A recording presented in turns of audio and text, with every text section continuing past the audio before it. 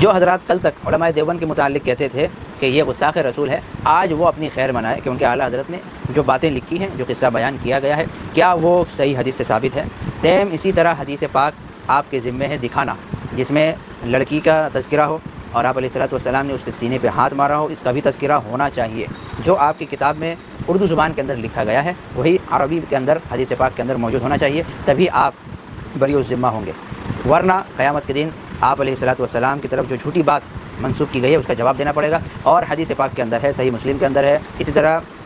سیاہ ستہ کی دیگر بیشتر کتابوں کے اندر حدیث موجود ہے۔ آپ علیہ الصلوۃ والسلام نے ارشاد فرمایا تھا، من کذب علی متعمدا فلیتبوأ مقعدہ من النار، کہ جو شخص مجھ پر جھوٹ باندھے، جھوٹ کی نسبت میری طرف کرے یا میرا نام لے کر کوئی حدیث پاک نقل کرے اور اس کی نسبت میری طرف کرے، تو اسے چاہیے کہ وہ اپنا ٹھکانہ جہنم میں بنا لے۔ تو میری گزارش یہ ہے، یہ اعلیٰ حضرت کے جتنے چیلے ہیں جو ہر وقت بھونکتے رہتے ہیں نا علماء دیوبند پر، تو میں سگے مدینہ سے گزارش کرتا ہوں کہ آپ نے جو حدیث پاک کا ریفرنس دیا ہے ذرا اس کو ایک بار تلاش کریں کہ سیم وہی حدیث پاک موجود ہے یا نہیں، آپ نے عوام کو اپنے چورن بیچا ہے۔ بسم اللہ الرحمن الرحیم وبہ نستعین، اما بعد۔ محترم ناظرین گرامی، جس طرح سے گرین چینل والے علماء حق علماء دیوبند پر کیچڑ اچھالتے ہیں اور یہ کہتے ہیں کہ یہ گستاخ رسول ہے، تو آئیے آج انہی کی کتاب سے ہم ایک گستاخی آپ کے سامنے پیش کرتے ہیں کہ ان کے اعلیٰ حضرت نے کس طرح سے آپ علیہ الصلوۃ والسلام کی طرف جھوٹی روایت اور جھوٹا قصہ بیان کیا ہے، ان کی طرف منسوب کیا ہے، اور انہوں نے اپنے ڈیفینس کے لیے اپنے دفاع میں جو ریفرنس انہوں نے چسپاں کیے ہیں، در حقیقت اس کی کوئی حیثیت نہیں ہے، وہ جعلی ریفرنس ہے، بالکل اس کے اندر بھی یہ واقعہ موجود نہیں ہے۔ کوئی اگر اپنے دعوے پہ سچا ہے ان کی جماعت میں تو وہ ثابت کر کے دکھائے۔ وہ کیا گستاخی ہے وہ دیکھیے۔ آپ کے سامنے اسکرین پر جو کتاب دکھائی جا رہی ہے اس کتاب کا نام ہے حیات اعلیٰ حضرت، اور اس کتاب کے مؤلف ہے مولانا ظفیر الدین قادری رضوی۔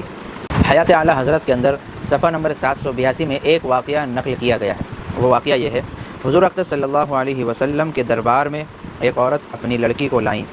عرض کی، صبح و شام یہ مصروعہ ہو جاتی ہے۔ حضور نے اس کو قریب کیا اور اس کے سینے پر ہاتھ مار کر فرمایا، کیا؟ اور اس کے سینے پر ہاتھ مار کر فرمایا، اخرج عدو اللہ وانا رسول اللہ، یعنی نکل جا اے اللہ کی دشمن،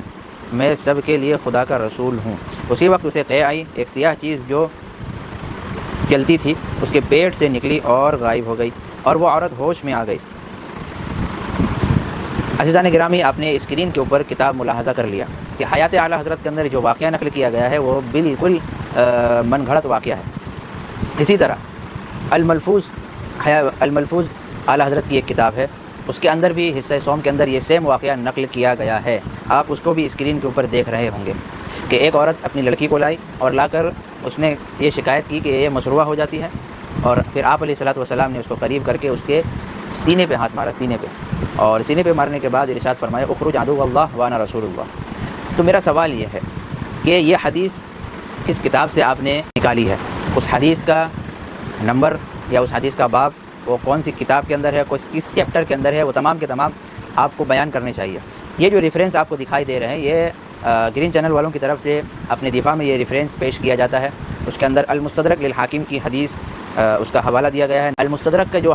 نمبر انہوں نے دیا ہے اس کے اندر کیا حدیث پاک ہے وہ ہم آپ کو دکھاتے ہیں۔ انہوں نے المستدرک للحاکم حدیث نمبر 4232، گرین چینل والے یہ نمبر پیش کرتے ہیں۔ حالانکہ بریلوی حضرات کس طرح سے ڈنڈی مارتے ہیں، ان کے اعلیٰ حضرت نے کس طرح سے جھوٹی حدیث بیان کی ہے، اور ان کے ماننے والے کس طرح سے جھوٹا ریفرنس اور جعلی ریفرنس آپ لوگوں کو دکھاتے ہیں۔ المستدرک للحاکم کے اندر 4232، اس کے اندر یہ اسی طرح ملتا جلتا واقعہ نقل کیا گیا ہے، لیکن اس لڑکی کا کوئی تذکرہ نہیں ہے۔ دیکھیے حدیث ہم آپ کو پڑھ کے سنا دیتے ہیں، ترجمہ دیکھ لیجیے۔ ایک عورت حضور صلی اللہ علیہ وسلم کی خدمت میں آئی اور بولی، میرے اس بیٹے کو گزشتہ 7 سالوں سے جنون کی بیماری ہے،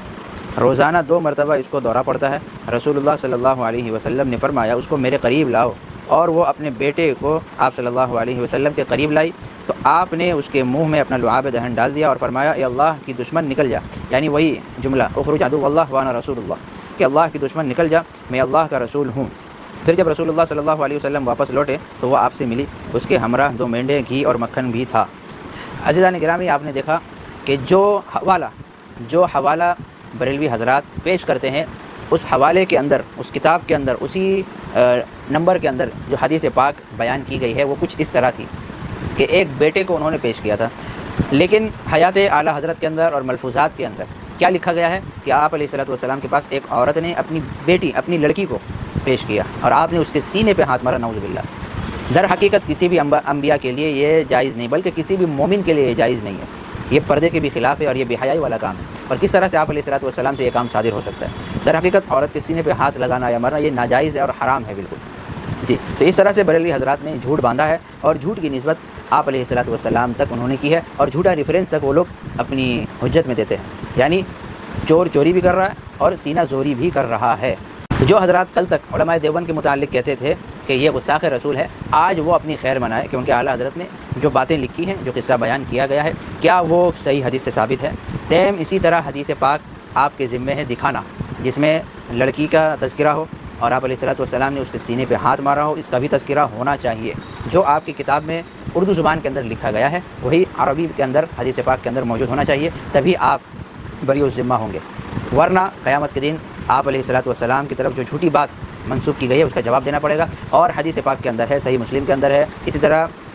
سیاہ ستہ کی دیگر بیشتر کتابوں کے اندر حدیث موجود ہے۔ آپ علیہ الصلوۃ والسلام نے ارشاد فرمایا تھا، من کذب علی متعمدا فلیتبوأ مقعدہ من النار، کہ جو شخص مجھ پر جھوٹ باندھے، جھوٹ کی نسبت میری طرف کرے یا میرا نام لے کر کوئی حدیث پاک نقل کرے اور اس کی نسبت میری طرف کرے، تو اسے چاہیے کہ وہ اپنا ٹھکانہ جہنم میں بنا لے۔ تو میری گزارش یہ ہے، یہ اعلیٰ حضرت کے جتنے چیلے ہیں جو ہر وقت بھونکتے رہتے ہیں نا علماء دیوبند پر، تو میں سگے مدینہ سے گزارش کرتا ہوں کہ آپ نے جو حدیث پاک کا ریفرنس دیا ہے ذرا اس کو ایک بار تلاش کریں کہ سیم وہی حدیث پاک موجود ہے یا نہیں، آپ نے عوام کو اپنے چورن بیچا ہے۔ اسی وجہ سے آج جتنی بھی عورتیں خواتین مزارات جاتی ہیں یا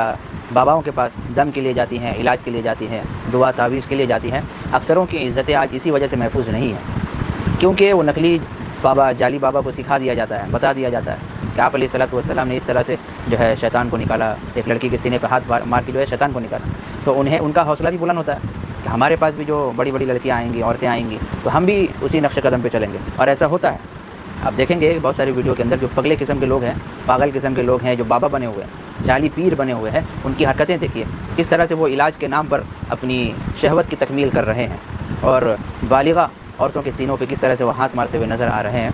ان کو انہی جھوٹی حدیث سے ان کو جو ہے حوصلہ ملتا ہے۔ برائے مہربانی اس طرح سے جھوٹ نہ پھیلائیں۔ بریلوی حضرات سے گزارش ہے کہ اس واقعے کو لکھنے کی ضرورت کیا تھی، اس سے کون سا عقیدہ ثابت ہو رہا ہے، کون سے مسائل اس سے نکل رہے ہیں اور کون سی بزرگی ثابت ہو رہی ہے،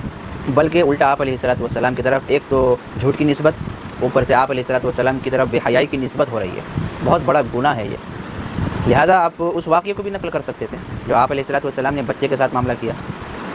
تو وہ عورت تو اپنا بیٹا لے کر آئی تھی نا، کہ 7 دن سے اسے دورہ پڑ رہا ہے،